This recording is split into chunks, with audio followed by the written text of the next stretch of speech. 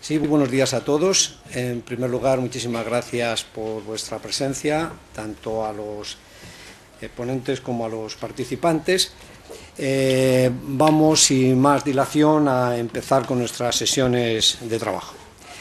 En esta primera sesión, denominada Crisis financiera y normas contables, después de una breve intervención mía en el tema de la crisis financiera y normas contables, tenemos la suerte de contar con unos panelistas de primera línea. Vamos a contar, después de mi breve presentación, con Beatriz Alejandro, que es directora del Instituto Bolsas y Mercados Españoles, que nos va a presentar la problemática de la regulación de los derivados OTC, que es un tema muy de este tipo de instrumentos financieros que proliferan muchísimo en el mundo de los negocios actual, y siempre ha habido intención de regularse de alguna manera, aunque hasta ahora no se habían dado pasos concretos. A continuación va a intervenir David Retana, que es jefe del proyecto RegisTR, de una sociedad que también pertenece a Bolsas y Mercados Españoles, y David Retana va a continuar en la misma línea de la regulación de los derivados OTC, pero ya para explicarnos proyectos concretos y cuál es su marcha de implantación actual. Finalmente, tenemos la suerte de contar con un analista financiero de lujo, que es Francisco Villuela, que es consejero delegado de Independent Advisors, es precisamente exalumno de esta universidad y que tiene una amplísima experiencia internacional en un montón de empresas en España y fuera de España, que también nos va a hablar de crisis en general, crisis española y crisis en otros países desde un punto de vista financiero y desde un punto de vista de analista de mercados. Sin más dilación, voy a pasar a hacer mi pequeña presentación lo más breve posible. Al final vamos a dejar un tiempo para coloquio, con lo cual pues les pido a los participantes que nos repartamos un poquito. Yo trataré de ser el más breve.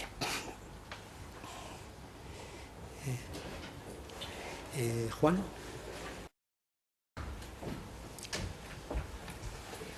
¿Dónde está la mía? ¿Aquí? Sí.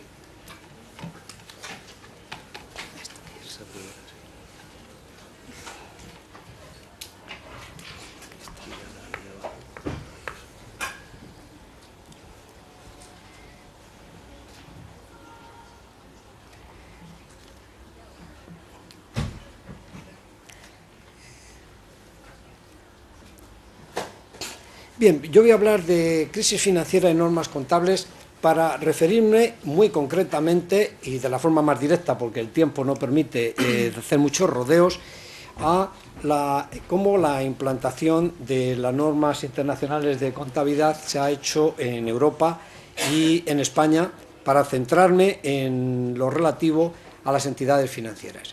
Las normas del IASB se han implantado en Europa con carácter obligatorio para todos los estados financieros consolidados de todas las empresas que cotizan en bolsa en España. Esto es con carácter obligatorio, y los restantes estados financieros consolidados de no cotizadas, individuales de cotizadas, individuales de no cotizadas, son los propios estados miembros los que deciden si se extiende o no el uso de las normas internacionales. Los estados miembros, para estos estados financieros que no son obligatorios las normas del IASB, pueden obligar su uso, permitirlo o no permitirlo.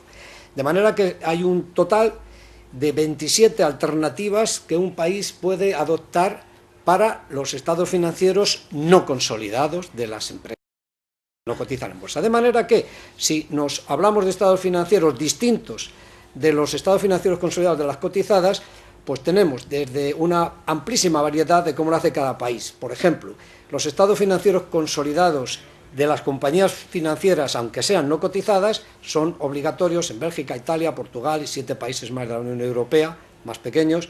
Los estados financieros individuales de cotizadas, financieras y no financieras, Dinamarca, Italia, Grecia, otros 7 países más. Estados financieros individuales de financieras no cotizadas, Italia y otros países. Y otros ejemplos de permitidos muy amplios. y luego todo lo demás es que no se permite. Por parte de España, como obligatorio no se ha puesto ninguno y como permitido los estados financieros consolidados de las no cotizadas. Esto realmente, aparte de la obligación, no opción, de que como digo a la izquierda, de que ya todas las normas del IASB que hayan recibido el endorsement por parte de la Unión Europea son de obligado cumplimiento en todas las empresas que cotizan en bolsa en la Unión Europea. Por lo tanto, nos encontramos con que en España, incluso los estados financieros consolidados de las entidades financieras, se vienen produciendo de acuerdo con la circular del Banco de España, en lugar de aplicarse directamente las normas del IASB. La duda que se presenta es, ¿aplicar la circular es una forma de aplicar las normas del IASB? Pues en cierto modo sí, puesto que la circular del Banco de España se basa en esas normas, pero evidentemente no deja de tener matices, porque por acciones dinámicas que son bien intencionadas, pero que en la práctica han demostrado que no han servido a los fines, en épocas de bonanza han podido venir bien, pero en épocas de crisis pues no tanto. Por otro lado, en la circular del Banco de España se eliminan opciones que tienen las normas internacionales y de alguna forma pues se crea una diferenciación sobre otros países en los cuales se aplican las cosas tal y como la legislación y la ley obliga. Yo no soy jurista, pero a mí me parece que las normas internacionales de contabilidad para los estados financieros consolidados de las empresas que cotizan en bolsa es de obligado cumplimiento y no se puede hacer ninguna interpretación. Las interpretaciones que hace el Banco de España, pues para estos estados financieros, no digo los individuales, pues no son las interpretaciones del IASB. Esto tiene repercusiones importantes porque esta autoridad contable del Banco de España, que está muy bien intencionada y que en los estados financieros individuales además se ajusta a la legalidad, pues a lo mejor en los estados financieros consolidados no se ajusta tanto y por lo tanto la opinión del auditor pues queda mediatizada, porque el auditor, incluso los estados financieros consolidados, pues tiene que ver que si una cosa le parece bien al Banco de España, ¿cómo va a decir el auditor que a él no le parece bien? Por la autoridad que tiene el Banco de España en estos momentos, incluso en estados financieros consolidados de las que cotizan en bolsa. ¿Qué es lo que ha ocurrido con este proceso? Pues que el tema de la morosidad pues se ha visto que no se ha reflejado bien en los estados financieros. Reflejado bien los estados financieros individuales, pues tiene pase, puesto que a lo mejor pues la circular del Banco de España está muy bien intencionada, pero no tenía todos los matices necesarios para ver, por ejemplo, cómo una refinanciación se tiene que tratar. Pero en el IASB, que ahora mismo está basado en un modelo de reconocer la morosidad por pérdidas incurridas, que es pérdidas relacionadas con eventos individuales de un determinado deudor, pues no cabe duda que una refinanciación cumple los requisitos que tiene el modelo del IASB, el actual, no digamos ya el futuro que se está diseñando, que está basado en pérdidas esperadas en lugar de pérdidas incurridas, pero incluso el modelo actual de pérdidas incurridas señala que si se da un evento que se puede interpretar como que existe una dificultad en el cobro, pues ya son razones suficientes para hacer una provisión. ¿Qué ocurre? Que la refinanciación ha sido una manera de ocultar la mora, de manera que si uno va a producir un impago, pero si el banco le refinancia, ya no hay mora, ya no hay retraso, pero claro, el evento se ha producido. Esa refinanciación no es por razones desconocidas, es por razones conocidas de la incapacidad del deudor de hacer frente a los pagos. De manera que ahora mismo acabo de leer en un periódico, con motivo de la nueva circular que ha salido del Banco de España, dice: las refinanciaciones han sido un medio para ocultar la morosidad. La nueva circular del Banco de España trata de poner coto. Concretamente, si nos vemos la noticia en El País de este mismo mes, el 3 de octubre, el Banco de España pone coto a la morosidad oculta con las refinanciaciones. Me alegro muchísimo de que ponga coto y de hecho vamos a ver brevemente que ha salido una circular reciente. Pero claro, yo la pregunta que me hago, ¿realmente ha hecho falta pasar tanto tiempo para darse cuenta los responsables de los bancos y las autoridades financieras de que las refinanciaciones se estaban utilizando precisamente para ocultar la morosidad. Esto realmente nosotros, algunos, modestamente, lo tenemos escrito hace bastantes años atrás, alertando a las autoridades sobre este riesgo. Y también parece que ya más recientemente, en abril de este año, hasta lo ha dicho el Fondo Monetario Internacional, como pueden ustedes ver en este artículo del País. Pues bien, recientemente el Banco de España ha emitido una circular, la 6/2012, de 28 de septiembre, donde se regulan todos estos aspectos y donde se establecen los criterios que se debe tener para estudiar las refinanciaciones con objeto de ver si realmente se dan las circunstancias para que tenga que reconocerse un deterioro en estos activos. ¿No se dio cuenta antes el Banco de España? Pues no lo sé, pero desde luego había documentos, aquí les pongo alguno a ustedes, escrito por el profesor Cañivano y por mí mismo, donde se decía expresamente el peligro que tenían las refinanciaciones. ¿Qué es lo que pasa? Por mucho que ahora el Banco de España ha decidido mejorar sensiblemente la forma de financiaciones en esta circular, pero no sabemos cuál es lo que sea el siguiente paso de la innovación financiera. Se puede inventar otro producto que no sea refinanciaciones y que tenga también como objetivo el disimular una morosidad. Entonces, claro, la ventaja de adoptar las normas del IASB, por lo menos en los consolidados, primero, sería para que el Banco de España cumpliese con la legalidad vigente, puesto que la legalidad, la decisión de la Unión Europea es vinculante y se tiene que aplicar directamente las normas del IASB. Podía reservarse el Banco de España el control contable de los estados financieros individuales. Pero si en los consolidados permitiese que se aplicasen directamente las normas del IASB, pues tendría la ventaja de que se aplicarían principios en lugar de reglas detalladas. La experiencia ha demostrado que incluso en Estados Unidos el fracaso de las normas demasiado detalladas. Realmente es preferible un principio bien redactado. Y de hecho el IASB, incluso con las deficiencias que en este momento pueda tener, es claro respecto al reconocimiento de la morosidad. Establece que si se da un evento individual que pone de manifiesto la duda de una recuperación futura de la deuda, pues da lugar a reconocer un impairment, un deterioro. Por lo tanto, una refinanciación sin más detalles es un evento que requiere un estudio y dotar la provisión que corresponda.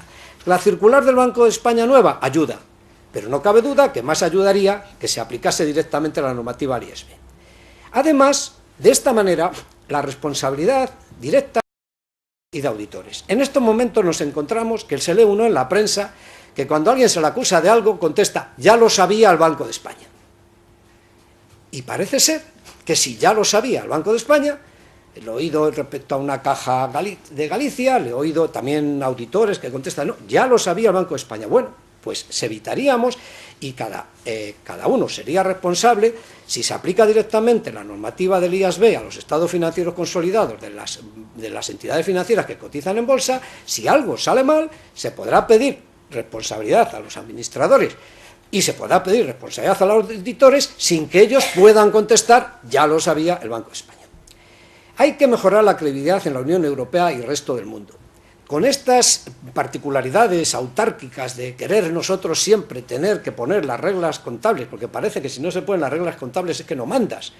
Incluso cuando la legislación vigente que ha firmado tu país establece lo contrario, creo que tiene malos efectos. Concretamente, esta ocultación o esta presunta ocultación que ha habido en los balances de esta morosidad a través de las refinanciaciones, que parece que ahora se pone manifiesto y que la propia circular del Banco de España también reconoce que se ha producido, pues si eso no hubiese sido así, si las empresas hubiesen tenido la obligación de aplicar la normativa del IASB, en los consolidados por lo menos, sin pasar por las normas del Banco de España, pues habríamos tenido que hubiese existido menos caída de la actividad económica porque los bancos hubiesen tenido que sacar las casas y hubiesen tenido que, además, los promotores hubiesen tenido que dar con las casas, habían salido, aunque hubiese sido a precios inferiores, y la actividad económica hubiese caído menos, porque hubiese habido más movimiento. Esa posibilidad de tener aparcadas los problemas, lo que ha hecho es propiciar una caída de la economía tremenda, al no producirse transacciones, porque todo el mundo esperando que algún dinero público caería para cubrir esas situaciones, pues ha producido una cantidad de cierres de empresas pequeñas, enormes, que son las que forman el tejido empresarial español. Hubiese habido mayor recaudación de impuestos porque todas las transacciones de casas a un precio u otro pues hubiese generado unos impuestos convenientes. También se hubiesen producido menos decisiones impresentables de bonos, jubilaciones, indemnizaciones, basadas en aparentes buenos resultados que después se ha visto que no lo eran. Y de hecho, ahora mismo, cuando se están produciendo ciertas acusaciones a algunos responsables de ciertas cajas respecto a esto, pues siempre contestan lo mismo, ya lo sabía el Banco de España. Porque claro, con eso parece que todo el tema queda resuelto. Y tampoco, si no se hubiese producido estas ocultaciones, pues a lo mejor no había necesidad de crear un banco malo con posible socialización de pérdidas. Todavía no lo sabemos, puede que el banco malo no tenga ningún impacto en las cuentas públicas, pero es algo todavía dudoso.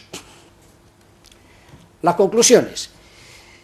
El peso de la influencia de España en la normativa contable internacional es muy inferior al que le correspondería por su volumen económico, posible consecuencia de cierto espíritu autárquico en esta materia que debería abandonarse de inmediato. En un mercado globalizado no caben normas contables locales. Ahí tengo un enlace a un artículo en el que hablo de este tema con mayor profusión. Que España, a diferencia de otros países con un volumen económico similar, tiene muy poca práctica de intervenir dando sus opiniones en la formulación de la normativa contable internacional.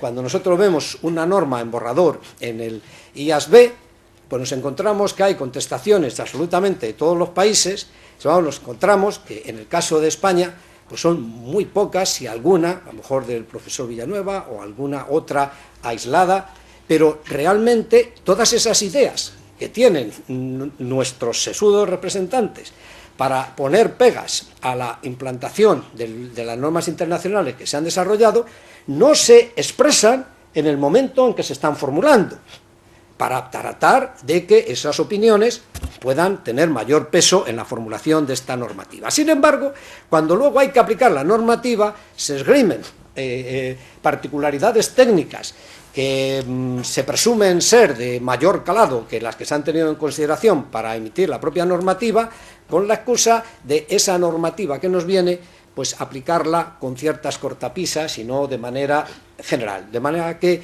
nosotros, modestamente desde FAIS, como hablaremos en la última sesión, vamos a ver si podemos contribuir a que las buenas ideas de España se aporten en los procesos de formulación de la normativa internacional, en lugar de no aportarlas y luego cuando viene la normativa internacional esas buenas ideas que presumiblemente tenemos se utilicen para torpedear la implantación de esas normas. Esto nos quita credibilidad.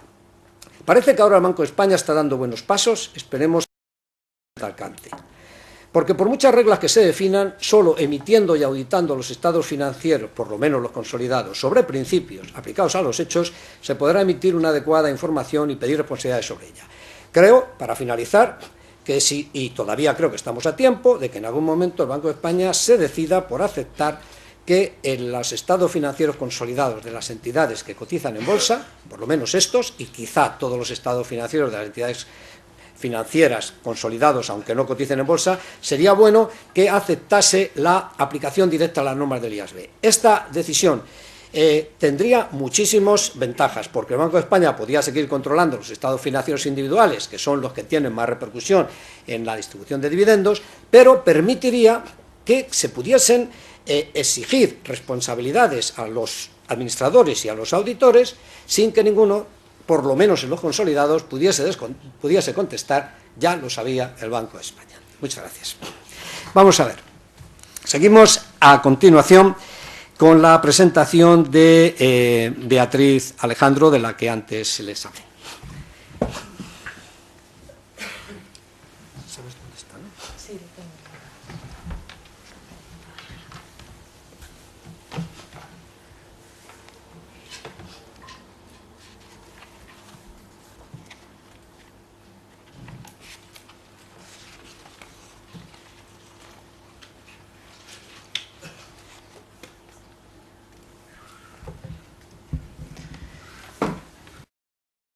A mí me gustaría empezar mi intervención agradeciendo a ECA pues, la invitación que me ha realizado para participar en estas jornadas sobre instrumentos financieros y más concretamente a Felipe Ranz por invitarme a participar en esta mesa sobre crisis financieras y normas contables.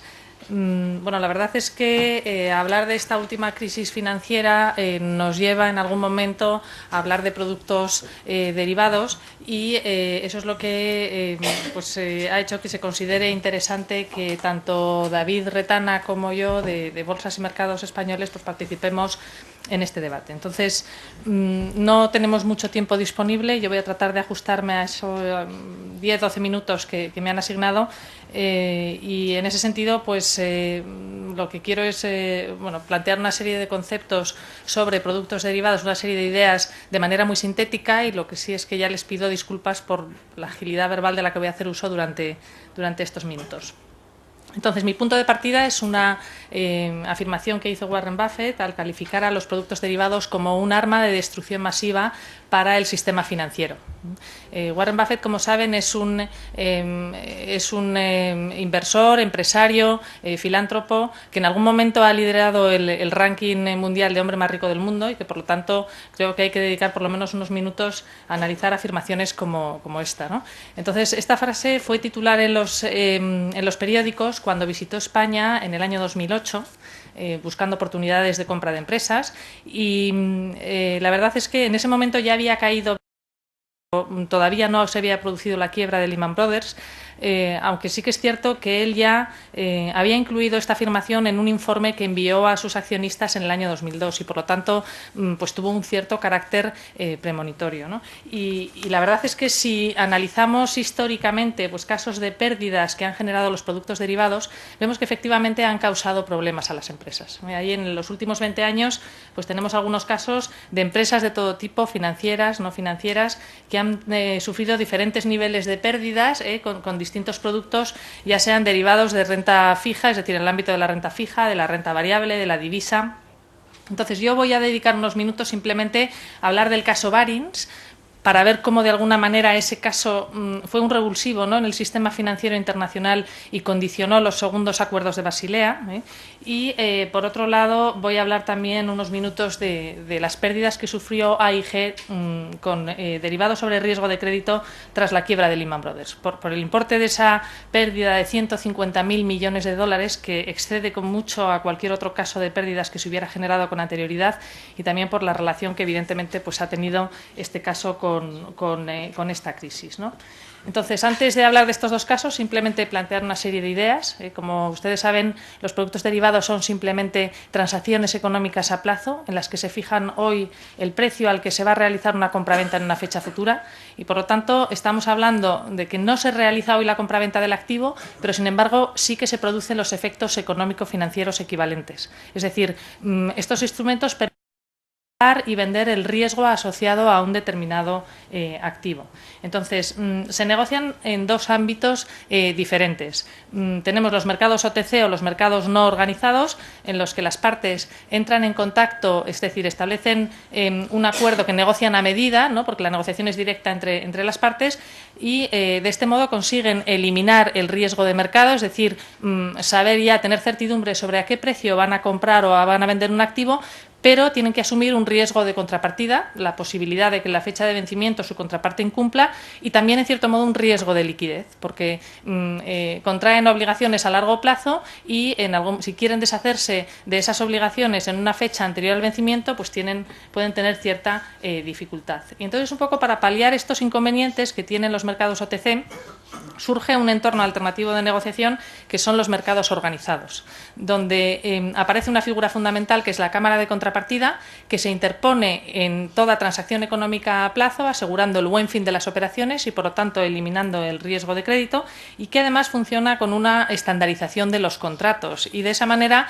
reduce o elimina totalmente el riesgo de liquidez.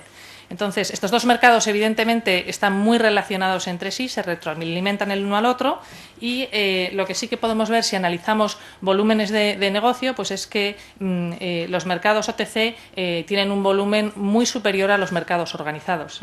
En cifras, las últimas cifras disponibles, que son las de diciembre de 2011, pues vemos que los mercados OTC superan los 600 billones y mientras que los mercados organizados pues no alcanzan más o menos los 50 billones, por lo tanto no alcanzan ni el 10% de los mercados OTC. Aquí podemos ver también el crecimiento tan espectacular que tienen estos mercados en el periodo 2003-2008. Concretamente vemos un ligero retroceso entre junio y diciembre de 2008, que es precisamente en ese periodo de tiempo donde se produce la quiebra de Lehman Brothers, pero luego vemos que esas cifras pues están recuperando los niveles previos.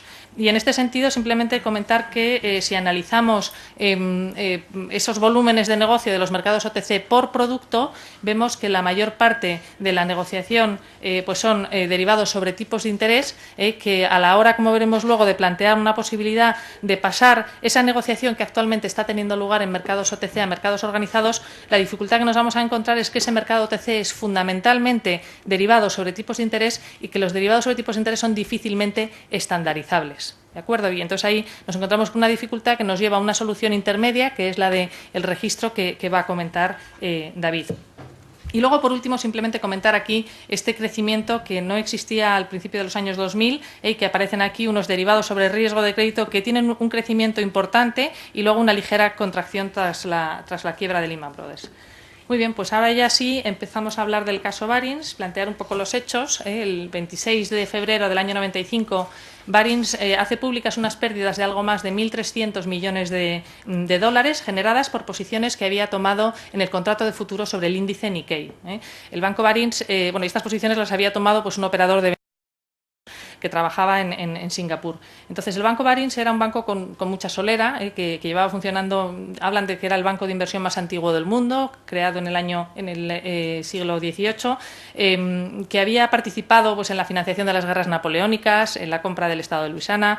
Es cierto que había sido rescatado a finales del siglo XIX, pero en el momento de la quiebra pues, contaba con clientes tan ilustres como puede ser, por ejemplo, la reina de Inglaterra, ¿no? Entonces, en principio, se suponía que estaba desarrollando una estrategia sin riesgo, es decir, que una estrategia de arbitraje. Lo que hacía era comparaba las cotizaciones que tenía el futuro sobre el índice Nikkei en Singapur y en el mercado japonés, y entonces si se producía un desequilibrio, compraba el contrato que estaba a un precio inferior y vendía el contrato que estaba a un precio superior. Y por lo tanto era una estrategia sin riesgo. Sin embargo, luego lo que se vio es que Nick Leeson tenía una estrategia claramente alcista, que le había empezado a generar a principios del año 95 unas ciertas pérdidas que había ocultado en una cuenta, el 88.888, y que se produjo a mediados de enero un acontecimiento inesperado, un terremoto en la ciudad japonesa de Kobe, que implicó un desplome de 2.000 puntos del índice Nikkei y que eso pues disparó las pérdidas de la posición que tenía Nick Leeson, ¿no? Entonces, esta historia termina con que en el año 99 el banco ING compra el banco Barings por un precio simbólico de 1 libra. Entonces yo recuerdo perfectamente de alguna manera el vértigo que generó esta quiebra en el año 95, porque yo llevaba exactamente un año trabajando en el mercado de derivados, en MEF, un mercado organizado, y recuerdo que los directivos de entidades financieras, que entonces sabían o muy poco o nada sobre productos derivados, pues tuvieron una sensación de pánico diciendo, bueno, ¿qué es lo que tengo que hacer? ¿Cerrar la mesa, la negociación de derivados en mi sala de tesorería para evitar que un ventañero quiebre en un momento determinado esta entidad? Entonces, luego, analizando un poco lo que realmente había pasado, pues se vio que, por un lado, que Nick Leeson era el responsable de todo el trading, pero también del back office, es decir, el que se encargaba de contabilizar y de liquidar todas esas operaciones, y eso le permitió ir ocultando las pérdidas según se iban generando.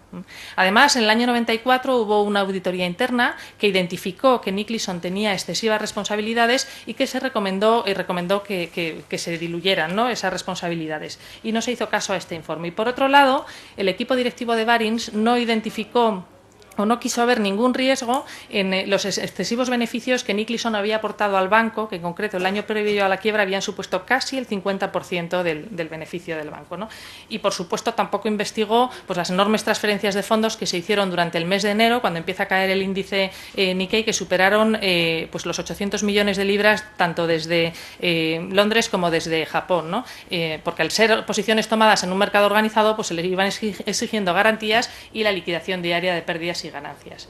Entonces, quería comentar este caso, les decía, porque, bueno, pues como saben, en los años 70 surge una preocupación por el riesgo sistémico, es decir, se identifica de desregulación de las economías y de globalización que está teniendo lugar, y entonces se empieza a ver una preocupación por la posibilidad de que una crisis que se genere en una economía determinada se propague por todo el mundo. Y entonces esta preocupación la recoge el Banco Internacional de Pagos de Basilea, que llega a la conclusión de que es necesario, para asegurar que las empresas van a ser solventes, el exigirles unos niveles determinados de recursos propios en función de los riesgos que asumen.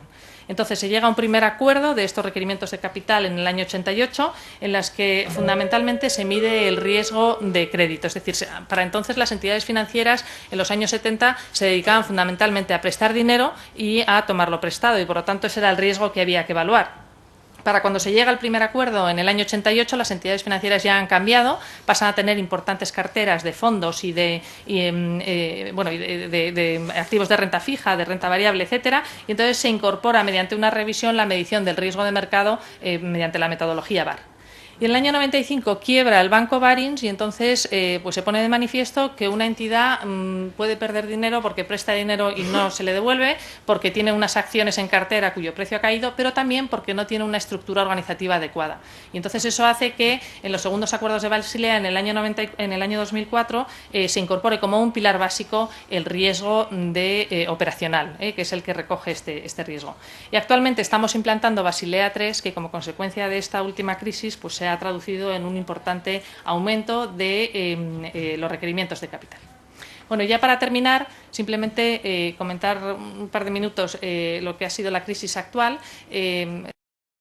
Por posiciones en derivados hasta el año 2007 pues tenían muchas de las características del Banco Barings, es decir, pues un operador que realiza en principio transacciones no autorizadas, un equipo directivo que desconoce estos productos y que no realiza su función adecuadamente, y sistemas también deficientes de gestión de riesgos.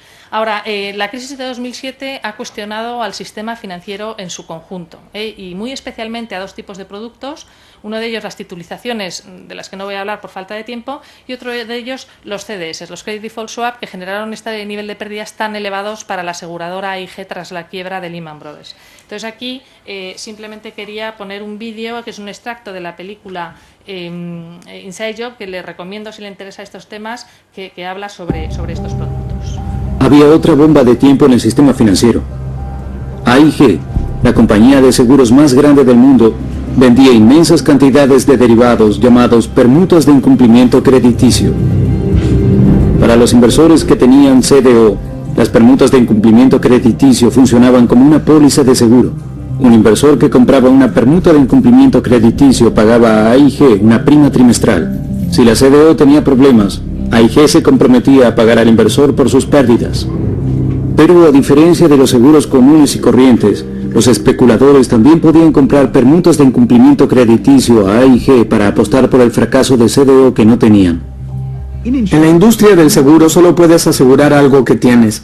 Supongamos que tú y yo tenemos una propiedad, que tengo una casa. Solo podría asegurar esa casa una vez. El universo de la permite a cualquier persona asegurar esa casa. Tú podrías asegurarla. 50 personas podrían asegurar mi casa. Lo que pasa es que si mi casa se incendia, la cantidad de pérdidas en el sistema es proporcionalmente mayor. Las permutas de incumplimiento crediticio no estaban reguladas, por lo que AIG no tuvo que separar ninguna cantidad de dinero para cubrir potenciales pérdidas. Por el contrario, AIG pagaba a sus empleados importantes bonos en efectivo en cuanto se firmaban los contratos. Pero si hubiera algún problema con la CDO, AIG estaría en problemas. Se recompensaba a la gente por tomar riesgos gigantescos. En una buena época eso generaba ingresos y ganancias a corto plazo y por lo tanto bonos. Pero con el tiempo eso conducirá a la empresa a la quiebra. Es un sistema de compensación completamente distorsionado. Durante la burbuja, la división de Londres de AIG Financial Products emitió permutas de incumplimiento crediticio por un valor de $5.000 millones, muchas de ellas por CDO respaldadas por préstamos subprime. Los 400 empleados de AIG Financial Products ganaron $3.500 millones entre 2000 y 2007. Joseph Casano, director de la empresa, ganó $315 millones. Para nosotros es muy difícil, y no quiero sonar poco serio, imaginar una situación dentro del reino de la razón en la que perdamos siquiera $1 en alguna de esas transacciones. En 2007, los auditores de AIG dieron la alarma. Uno de ellos, Joseph Saint-Denis, renunció a modo de protesta luego de que Cassano repetidamente se negara a permitir investigar la contabilidad de su empresa. Pueden ver, en este caso, pues vuelven a aparecer algunos de los aspectos que hemos visto antes, un sistema de control deficiente. También se plantea otro problema que puede ser un sistema de retribución o de incentivos excesivamente cortoplacista y también en este caso se plantea pues un esquema de mercado, ¿no? En qué medida se debe poder comprar un CDS si no se ha comprado antes el bono subyacente, ¿no? Entonces aquí llegamos ya al punto de partida de lo que va a ser la presentación de David, donde tras estas enormes pérdidas de AIG, pues un año después el grupo de los 20 llega o adquiere el compromiso de conseguir que ese gran mercado de productos o ese gran mercado de derivados OTC o bien se pase su negociación hacia los mercados organizados o bien esa operativa se registre en unos registros o repositorios especiales. Y todo esto es lo que les va a contar David a continuación.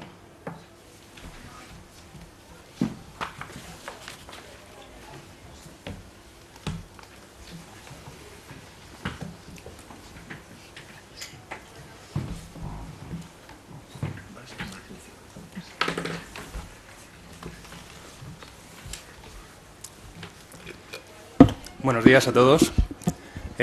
Primero quería también agradecer a Felipe que nos haya invitado, que haya invitado a Bolsas y Mercados Españoles y en mi caso a Registiar, que es una iniciativa mitad española, mitad alemana, que en estos días que está tan denostada la marca España, pues la verdad es que también está bien decirlo, ¿no? Hace ya bastantes años, pues el grupo Bolsas y Mercados detectó esa deficiencia en el mundo de los derivados OTC, en el mundo de la monitorización de las posiciones en derivados OTC, y se decidió a lanzar este proyecto en el que estoy ahora involucrado, que es un trade repositorio a nivel europeo. Un trade repository es un repositorio, un registro de operaciones de derivados OTC, encaminada básicamente a dar luz a todos los supervisores, distintas autoridades monetarias y reguladores a nivel mundial que quieran, pues que tengan distintos mandatos de supervisión, tanto en mercados como en posiciones, monitorización de riesgo en general de las distintas contrapartidas que toman posiciones en derivados.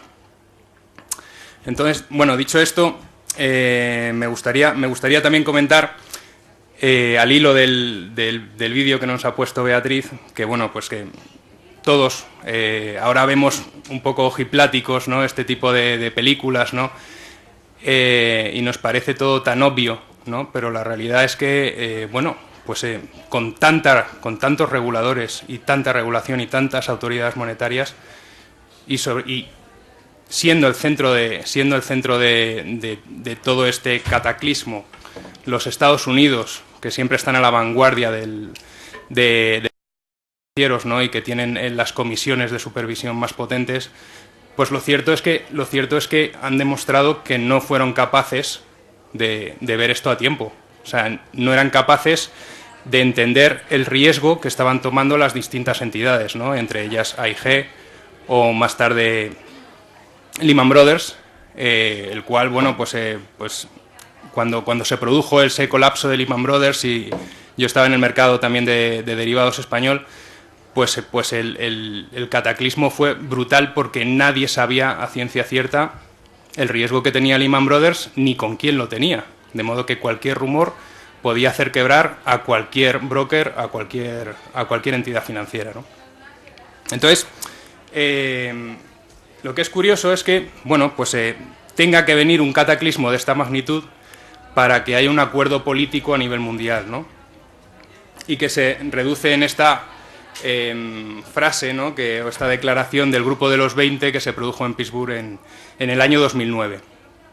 Y que lo que viene un poco a resumir es Tenemos que ponerle el cascabel al gato de los derivados OTC, eso que aún no entendemos muy bien qué es, ¿no? Y tenemos que hacerlo converger hacia lo que entendemos que es la buena praxis en el mundo de los instrumentos financieros, ¿no? Y en mucha medida, en gran medida, bueno, pues se han fijado en las grandes plataformas, ¿no? En los mercados organizados, en las cámaras central, que jamás han tenido un default, y bueno, pues lo que han tratado es de obligar, bueno, lo que van a implantar con las nuevas regulaciones es buscar todos aquellos derivados OTC que sean lo suficientemente estandarizables como para llevar su riesgo a una cámara de contrapartida central o para que sean negociados en un mercado, pues obligar a llevarlos ahí, ¿no?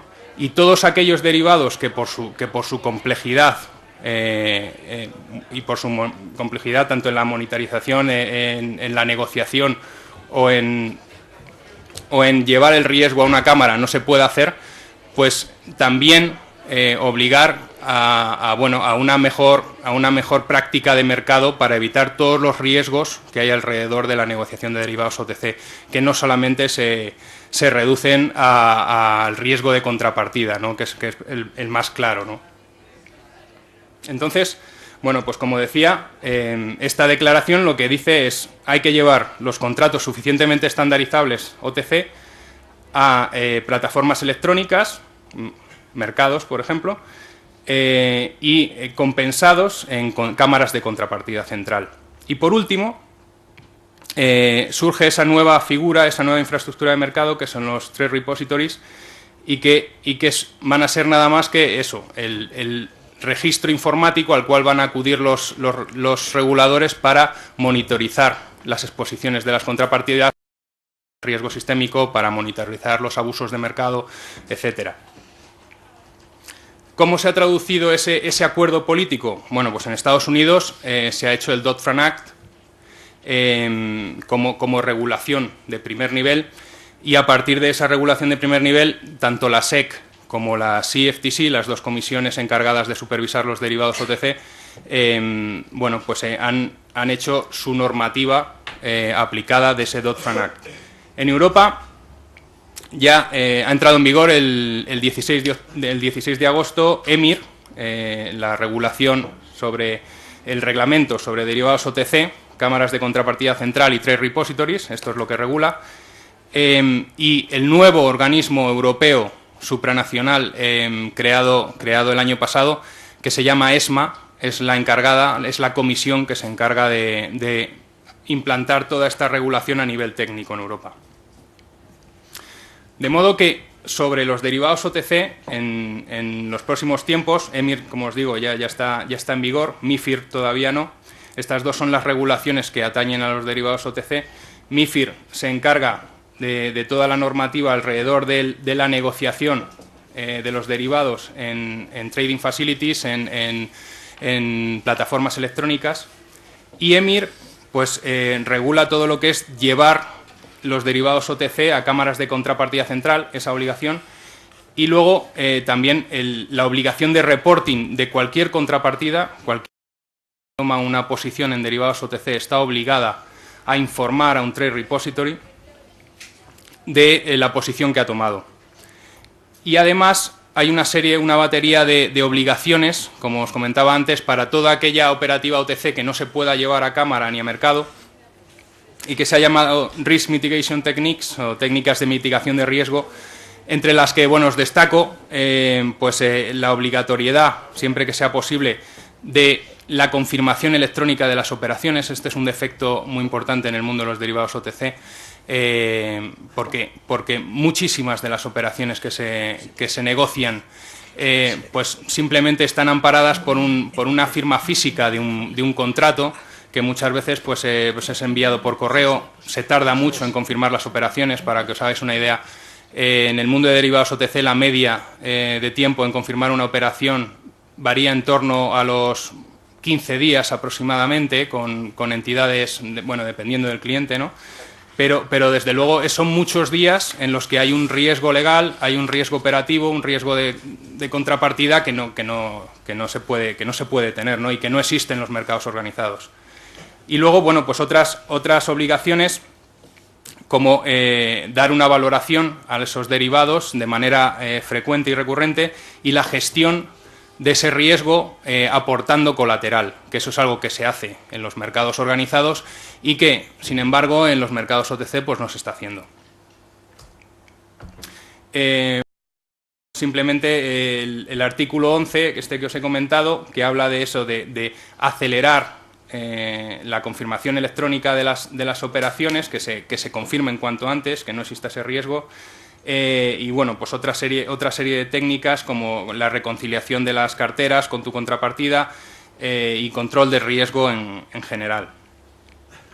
En cuanto a esta obligación atañe a las entidades financieras y a todas aquellas entidades no financieras que sean contrapartidas en operaciones de derivados y que tengan una posición lo suficientemente relevante como para que tengan un determinado riesgo que haya que monitorizar. ¿Esto cómo lo han materializado? Marcando unos umbrales, unos límites, a partir de los cuales cualquier entidad no financiera que esté tomando posición en derivados y que esos derivados no sean cobertura, quiere decir, estén tomando posiciones realmente de riesgo, bien por inversión, bien por especulación, por lo que sea, bueno, pues estarán dentro de este ámbito de control de ESMA. ¿Cómo se materializa ese control de ESMA sobre las entidades no financieras?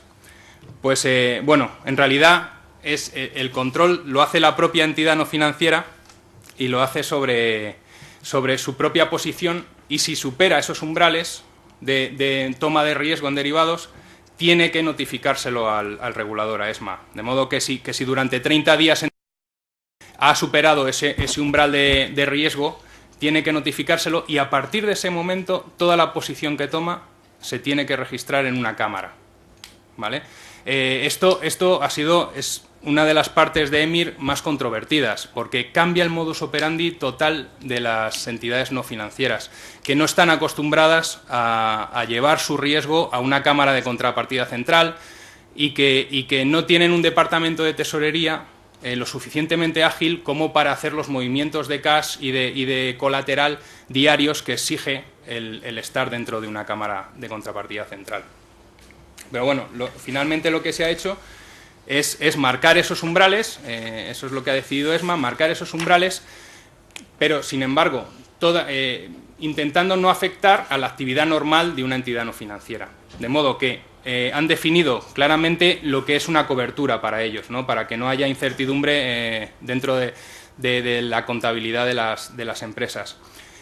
Midiendo, diciendo que es una cobertura todo aquello, todas aquellas operaciones que cubren o bien riesgos del curso normal del negocio de la compañía, o bien que cubren otro tipo de riesgos, pues como puede ser pues, los riesgos de tipos de interés o los riesgos de fluctuación de la moneda en el caso de multinacionales, ¿no? Y por último, también se puede justificar, una empresa puede justificar que es una cobertura si esa operación se califica como cobertura siguiendo los Reporting Standards.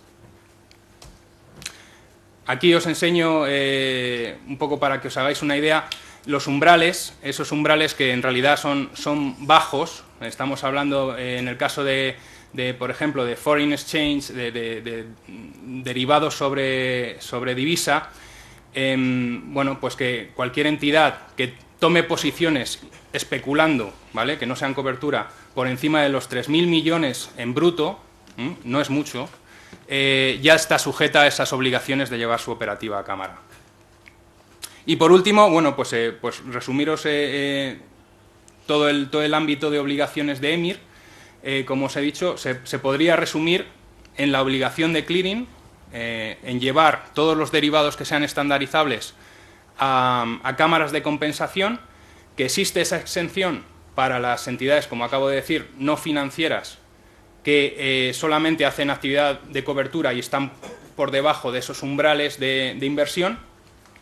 También hay una exención para toda la operativa intragrupo, todas las operaciones de derivados que se hacen intragrupo, esas no están obligadas a llevarse a una cámara.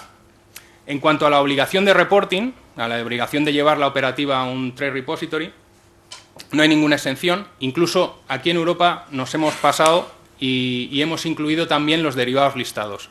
O sea que las entidades tienen que reportar no solamente su operativa OTC, sino toda la que hacen en los mercados organizados. Que esta obligación de reporting no hace falta una entidad directamente al trade repository, puede delegar esa obligación expresamente en su contrapartida financiera, por ejemplo, o en un tercero que se dedique a dar estos servicios de reporting. Esta obligación se hace en D+1, quiere decir que si yo negocio hoy, mañana tengo que haber reportado ya esa operación al trade repository, y también hay una obligación de actualizar dentro del trade repository la valoración de los derivados, y esto de manera diaria. Y por último, bueno, pues recordaros las técnicas de mitigación de riesgo, que también obliga a entidades financieras y a las no financieras que superan ese umbral y que van en el entorno de llevar la praxis de los derivados OTC hacia algo más estandarizado, hacia el tipo mercados financieros, confirmar las operaciones de manera electrónica, hacer esa valoración en mark to market o mark to model cuando no se puede hacer mark to market lo más a menudo posible, y todo lo que es otros temas como la posición, el depositar colateral para mitigar el riesgo, o la reconciliación de las carteras con tus contrapartidas. Por último, simplemente recordaros el calendario que hay de esquema de implantación en Europa, que es distinto en cada jurisdicción del grupo del G20, y que en Europa, pues como os dije, EMIR ya está implantado desde el 16 de agosto, ya está la obligación.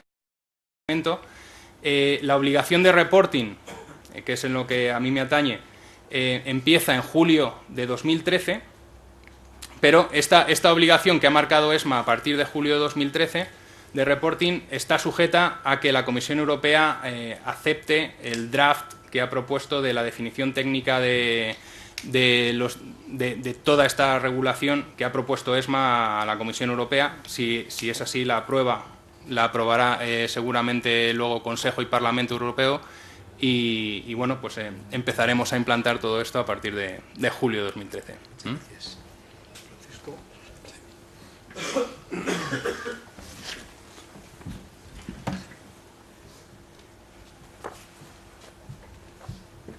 Está ahí arriba, no sé.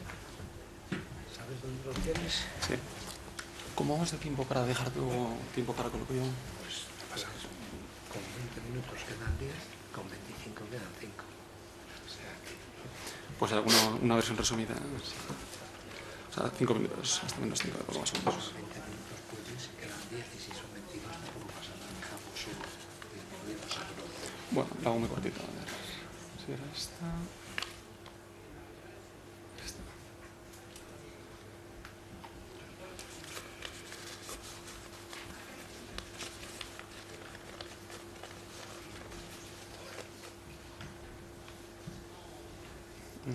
¿Sabes cómo ponerlo aquí?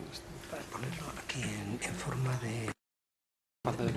No, es que como este no es PowerPoint, entonces tienes que darle a la flechita, no te queda más remedio. Que no está en PowerPoint, me lo mandaste en PDF. No, pero esta la es en PDF. Bueno, no es PDF. Mira, si quieres salte a ver si sí, lo sí, encuentras. ahora está en PDF. A ver, sí, pero no está PDF, no en PowerPoint. No, pero lo prefiero en PDF. Ah, vale. Sí, ya está. Muy bien. Buenos días a todos. Yo voy a hablar de temas que son comunes a los que se ha mencionado ya esta mañana, desde una perspectiva un poco más del inversor, de lo que está pasando ahora mismo con la crisis que hay post-burbuja y la normativa contable. Y aunque yo soy fundamentalmente más inversor, empecé mi carrera como auditor financiero, auditando entidades financieras, bancos aquí en España. Entonces, una cosa que se me quedó muy grabada cuando empecé mi carrera profesional como auditor fue la de que la contabilidad y los principios generales contables deberían de trabajar para intentar reflejar la imagen fiel de la empresa, es decir, la situación, la realidad económica de la empresa. Y estoy viendo ahora mismo como inversor en los últimos años que cuando se crean burbujas, Después de la burbuja, casi todos los países intentan manipular esta contabilidad en contra de este principio general de la contabilidad. Es decir, intentan usar la contabilidad para no reflejar la imagen real de la situación.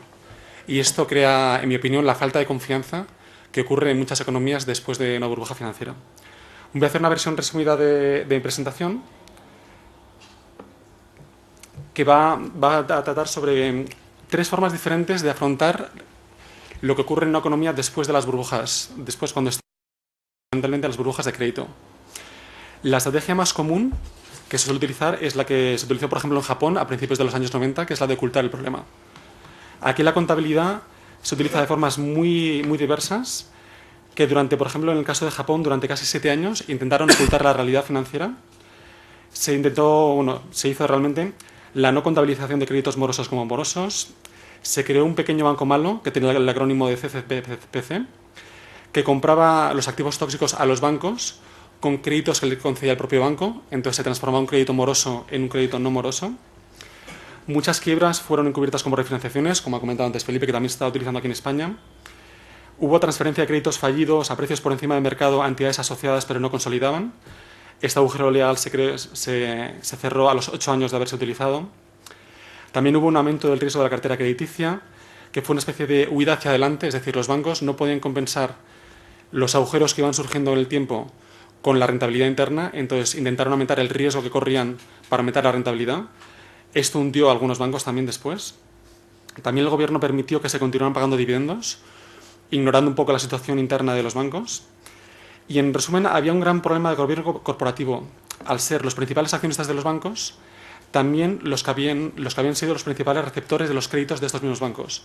Una situación similar a lo que ha pasado en España con las cajas de ahorros, que la gente que controlaba las cajas de ahorros, los consejos de administración, recibían créditos de las mismas cajas de ahorros y utilizaban las cajas de ahorros para proyectos personales de comunidades autónomas, en vez de dejar que fuera el motivo económico y la rentabilidad riesgo de cada operación la que dictara si una operación se hacía o no.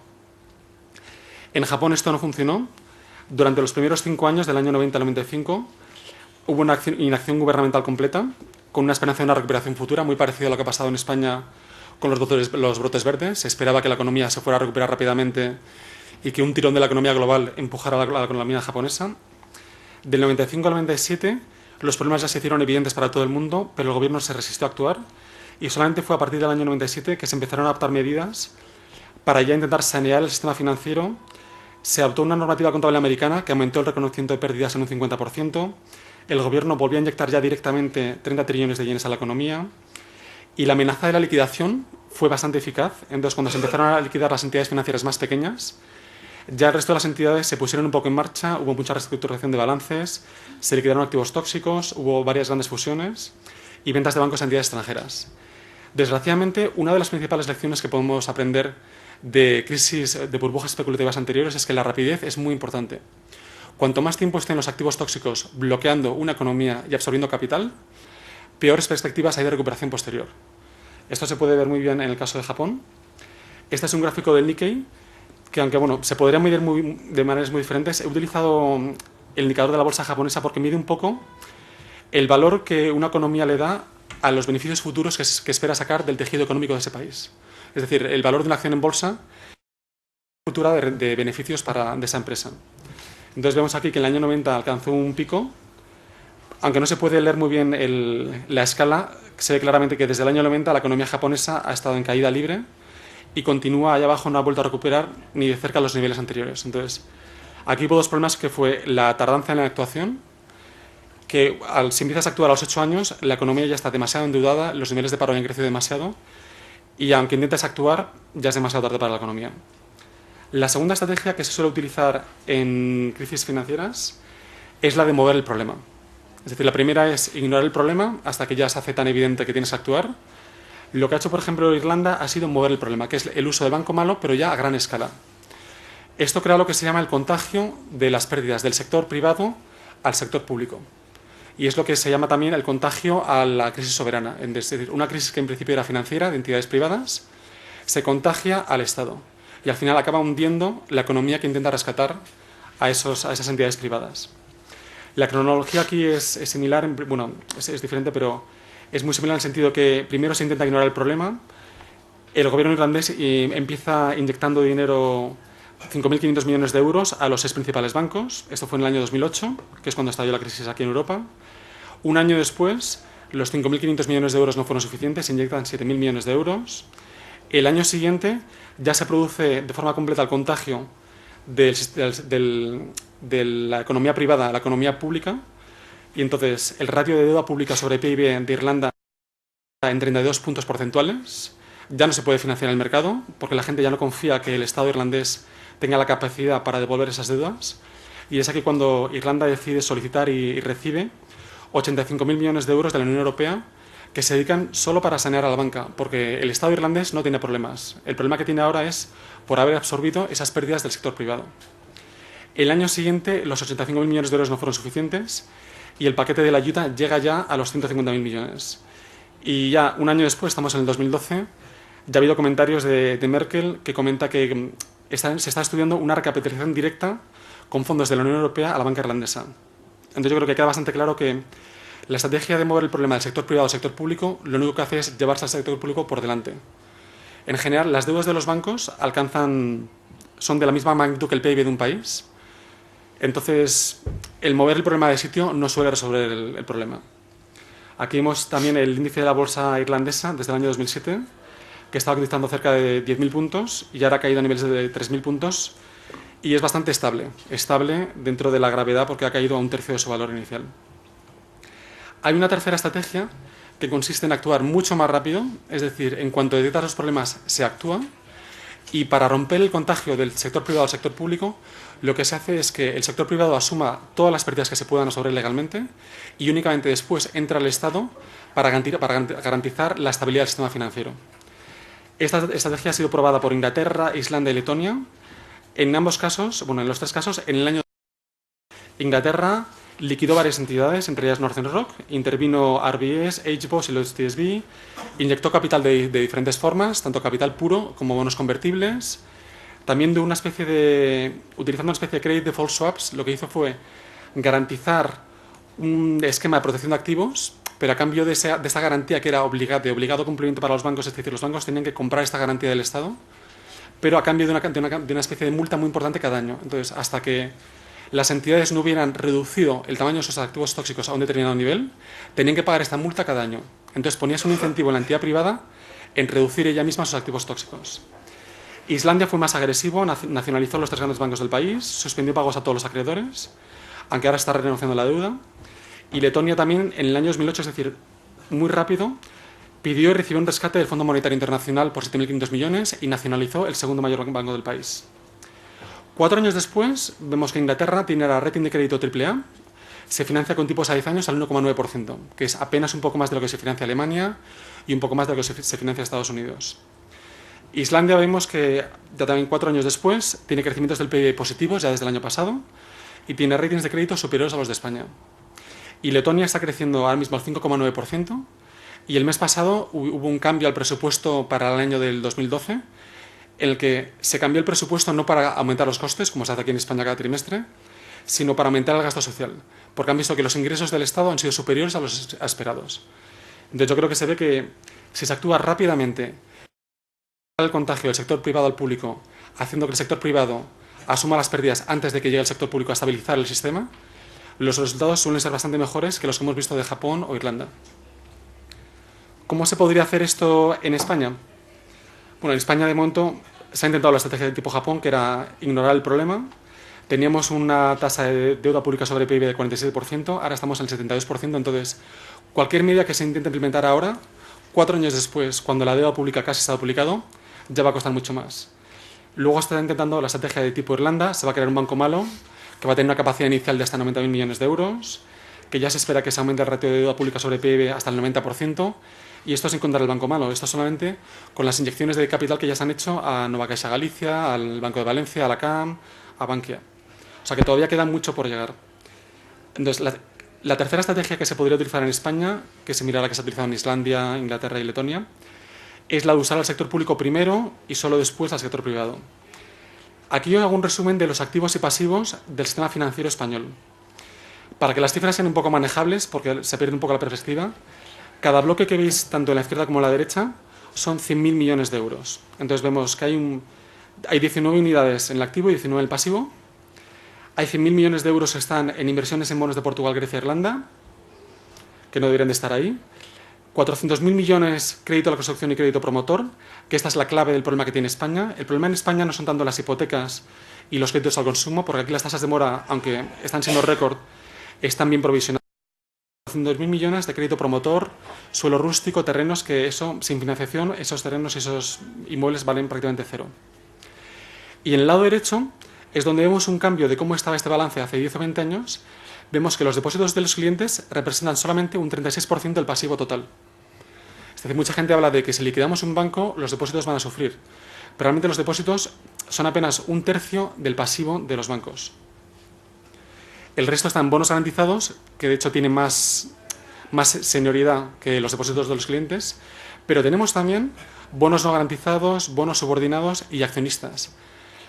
Esta parte del balance sí que puede absorber pérdidas. Si lo vemos de una manera más lineal, es decir, si hubiera que liquidar el sistema financiero español completo, los primeros en absorber pérdidas serían los accionistas, que aquí tenemos 400.000 millones de euros, tenemos 100.000 millones de euros en bonos subordinados y otros 200.000 en bonos no garantizados. Es decir, el sistema financiero español tiene 700.000 millones de euros para absorber pérdidas sin que se toquen ni los bonos garantizados, los bonos senior, que tienen colateral, en forma de cédulas hipotecarias, sobre todo en España, y los depósitos de los clientes. Esto, que es cierto para el sistema financiero en su conjunto a nivel agregado, es aún más cierto para las entidades que tienen problemas. Porque en España ya no se ha seguido, bueno, en casi ningún país desarrollado, el sistema de banca tradicional. El sistema de banca tradicional teníamos, si volvemos a esta diapositiva, los pasivos de los bancos en general eran depósitos y capital. Con ese depósito y capital se daban créditos, en general a clientes conocidos. En los últimos 10 años, para conseguir tasas de crecimiento de los balances del 15-20%, que es lo que han crecido los bancos en España en los últimos años, con los depósitos no era suficiente. Y con la generación interna de beneficios que se acumulan en forma de capital, tampoco era suficiente para financiar ese aumento que tenías en el lado de los pasivos, en el lado de los activos. Entonces lo que se ha hecho es financiar ese exceso de crecimiento en forma de bonos no garantizados y bonos no subordinados. Las entidades que crecieron más agresivamente han sido las que más han utilizado los bonos no garantizados y los bonos subordinados para crecer. Entonces también, paradójicamente, las entidades que más han crecido, que han sido más agresivas concediendo créditos, son las que mayor capital tienen en forma de bonos no garantizados y subordinados para absorber pérdidas cuando haya que liquidarlas o haya que venderlas a otra entidad. Y aquí hablo ya un poco más de temas casi políticos, de quién está a favor de liquidar entidades en España. Está Michel Bernier, está Joaquín Almunia, y yo creo que la población en general favorecería una liquidación en la que primero fueran las entidades privadas las que absorben pérdidas antes de las públicas, y en contra de esta solución tenemos a los partidos políticos y sindicatos, que son los que estaban en las comisiones gestoras de las cajas de ahorros, que son las que tienen problemas, los reguladores financieros, porque si empezamos a liquidar entidades financieras, la gente se preguntaría, pero ¿qué han hecho los reguladores del sistema financiero que han permitido esto? Y también tenemos todo el sistema financiero, que es muy reacio a la liquidación, pero sin embargo, como se vio en Japón, en cuanto se empieza a liquidar entidades financieras, aunque sean las pequeñas, esto constituye una motivación muy grande para que todas las entidades empiecen a reestructurarse ellas mismas. Entonces, no hace falta llegar a liquidar las grandes entidades financieras, sino con que exista una amenaza creíble de liquidación, es la salud del sistema financiero en su conjunto.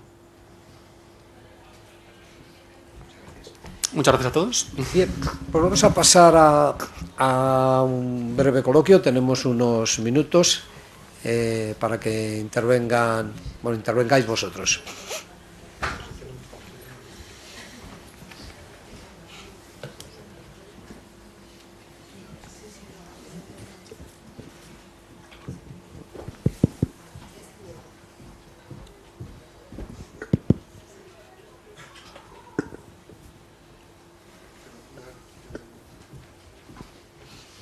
Para David la pregunta. ¿Se me oye? Sí, ¿no? Sí. Comentabas antes en el tema de la EMIR, de la regulación de derivados OTC, que las empresas no financieras tienen una especie de límite o de umbral a partir del cual tienen que meter sus derivados a través de cámaras de compensación, con la excepción de si son de cobertura, digamos, ¿no? Pero los derivados de cobertura no entran dentro de ese cómputo que suma para superar el umbral. Mi pregunta era si ese derivado, la empresa no financiera, lo hace con un banco, para el banco no hay esa excepción. Cierto. Entonces, esa excepción vale para poco. No, sí vale. De conocimiento. No, sí vale. O sea, la exención, o sea, si una de las contrapartidas está exenta, el banco también lo está. Vale. Lo que pasa es que, bueno, pues colateralmente los bancos van a tener que, a consecuencia de Basilea, dedicar mucho más capital a la cobertura de esas operaciones que dejan OTC que a las operaciones que están dejando en cámara. O sea que los bancos también van a, digamos, trasladar al spread que le den al cliente, le van a trasladar ese riesgo por querer dejar la operativa OTC, mientras que si la llevan a una cámara seguramente le estrecharán el spread para negociar.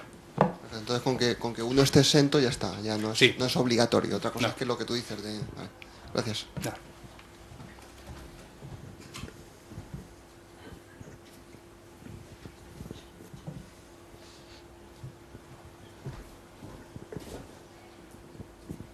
Hola, buenos días. La verdad que las ponencias han sido muy interesantes. Os doy mi más sincera enhorabuena. Quería hacerle una pregunta también a David, porque quería saber un poco, no me ha terminado de quedar claro las obligaciones de reporting que tienen las contrapartes no financieras en respecto a los derivados OTC. Quisiera ver si nos podrías puntualizar, por ejemplo, para entidades no financieras que no tienen una operativa muy habitual. Según he entendido, sí que es verdad que no están obligados a llevar, en determinados casos que no superan unos umbrales, vía cámara de compensación esos derivados, pero si no he entendido mal, sí que están obligados a reportarlo. Quería un poco si nos pudieras... Sí, no, los he entendido perfectamente. De hecho, el alcance de EMIR en cuanto al reporting es completamente universal.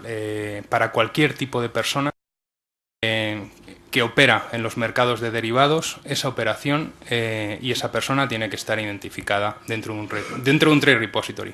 Evidentemente esto, el implantarlo es exageradamente complicado. Cada jurisdicción ha aplicado una operativa pues distinta para intentar salvar, bueno, pues que entidades muy pequeñas que no tengan capacidad de conectarse a un trade repository pues puedan delegarlo. En el caso europeo pues ha sido de esa manera, ¿no? O sea, la obligación es directa sobre la entidad no financiera, sobre cualquier contrapartida de derivados. La obligación es directa de informar al trade repository, pero siempre puedes delegar en tu entidad. Normalmente tu contrapartida será una entidad financiera y normalmente te va a dar ese tipo de servicios, ¿vale?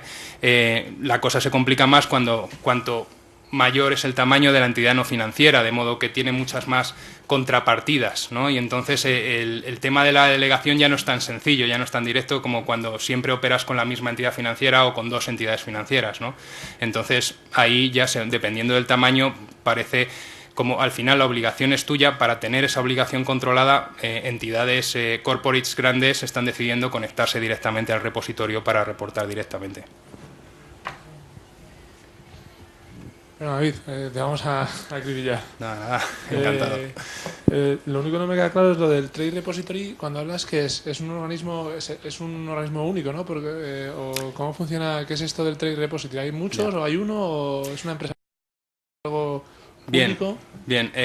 Bueno, sobre esto se ha discutido mucho, ¿no? Y cada jurisdicción tiene su propio approach.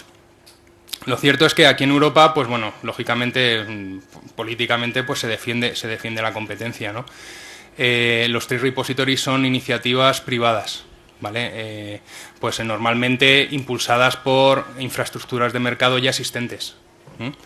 De hecho, en Europa, pues las dos entidades que ya se han erigido o que han dicho públicamente que van a aplicar ante ESMA para ser trade repository a nivel europeo, pues están impulsadas por infraestructuras del mercado muy potentes. En nuestro caso, Bolsas y Mercados, el grupo Deutsche Börse, y en el caso, bueno, de la iniciativa estadounidense que se quiere implantar aquí, pues es la de TCC, que es el mayor liquidador de valores estadounidense. Quiero decir que o sea, no hay ninguna normativa que diga que tiene que estar todo concentrado en un solo trade repository, que seguramente sería lo ideal, porque a la hora de ir a consultar las posiciones globales, pues lo normal sería consultar en un solo registro. Más como, bueno, pues también tiene muchas bonanzas el que haya competencia, han decidido establecer ese entorno de competencia y ser los reguladores los que pidan la información desagregada a cada uno de los repositorios para luego ellos agregarla toda junta. Entonces, lo malo de estas es que digamos que tiene que estar muy estandarizado los datos que le da un trade repository a un regulador para que pueda sumarlo todo y pueda agregar todos los riesgos, ¿no? Muchas gracias.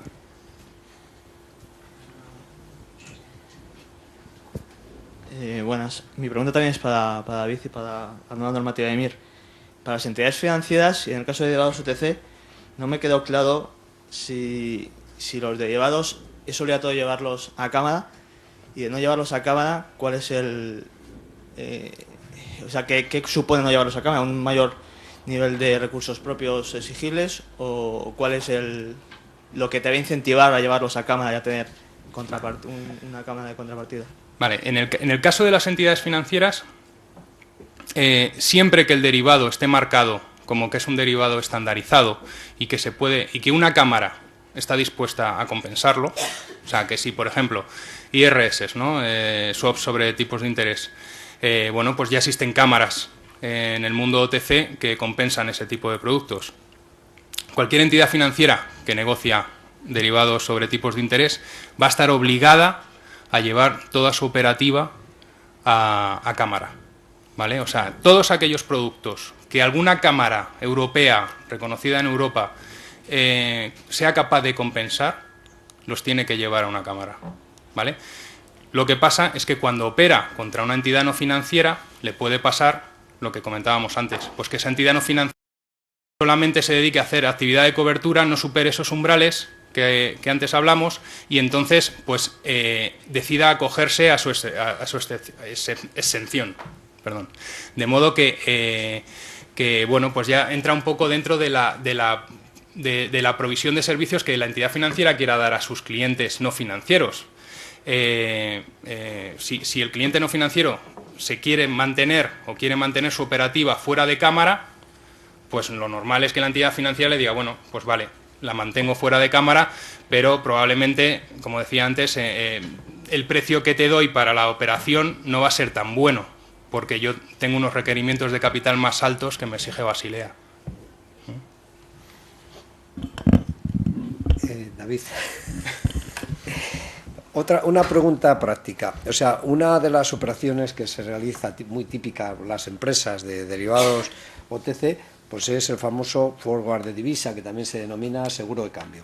Entonces, una de las ventajas que tiene hoy día los productos OTC, precisamente que al estar menos estandarizados, pues tienen más flexibilidad en la contratación y también tienen menos gastos y además no tienen depósitos.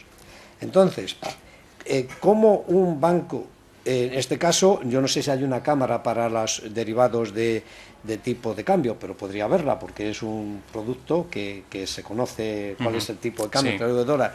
¿Qué incentivo puede tener un particular para que cuando el banco le proponga entre hacer la operación en una cámara o hacer tradicional, cómo es que le puede resultar más barato hacerlo en una cámara cuando va a tener que a lo mejor aportar unos depósitos y va a haber unos gastos de transacción mayores que lo que es el tradicional producto OTC, que precisamente se ha distinguido por ser más barato, más directo, menos estructurado en cuanto a condiciones, menos intermediarios, más flexible? Sí. Entonces, ¿qué incentivo? ¿Cómo le puede el banco convencer al cliente de que es mejor que opte por una operación hecha en una cámara? Bueno, la respuesta es vía precio y la respuesta es vía servicio. Es evidente que los derivados OTC están en el mundo y existen porque tienen muchas bonanzas, todas las que has explicado tú, ¿no? Esas bonanzas son muy apreciadas, sobre todo por sus clientes, ¿no? Por las entidades no financieras. Bueno, lo cierto es que precisamente esta regulación lo que quiere evitar es que haya default en entidades no financieras que están especulando con derivados OTC. De modo que, o sea, esto no alcanza para la actividad normal de una entidad no financiera que simplemente se dedica a hacer su actividad normal, que es la de cubrir sus riesgos, los riesgos inherentes de su propia actividad o los riesgos inherentes de riesgos financieros, pues a consecuencia de tomar posiciones en divisas o de préstamos y las exposiciones que tienen a los tipos de interés. Entonces, pero si aún así, bueno, pues una entidad no financiera considera que debe tener esa actividad relevante en derivados OTC y apalancarse y tomar posiciones de especulación o de inversión, pues está obligada sí o sí, en el momento en que superan esos umbrales, que como ya comenté son muy pequeños, está obligada sí o sí. Pero si no, en el caso de que esté por debajo, que es en la pregunta que me hacías, pues bueno, él es libre de elegir, ¿no?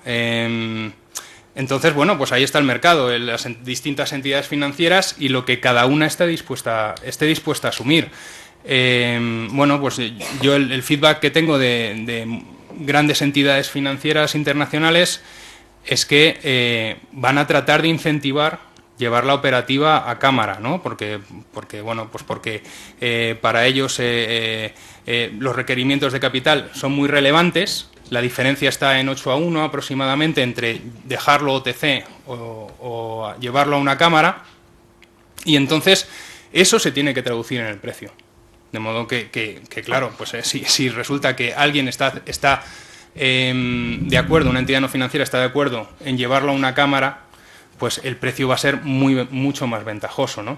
Y luego, por otro lado, también las entidades financieras se están preparando para hacer ese onboarding de las entidades no financieras a las cámaras, facilitando todos esos hándicaps que tienen actuales, pues de llevanza de la tesorería contra una cámara, ¿no? Todo eso la entidad financiera en general. Bien, muchas gracias.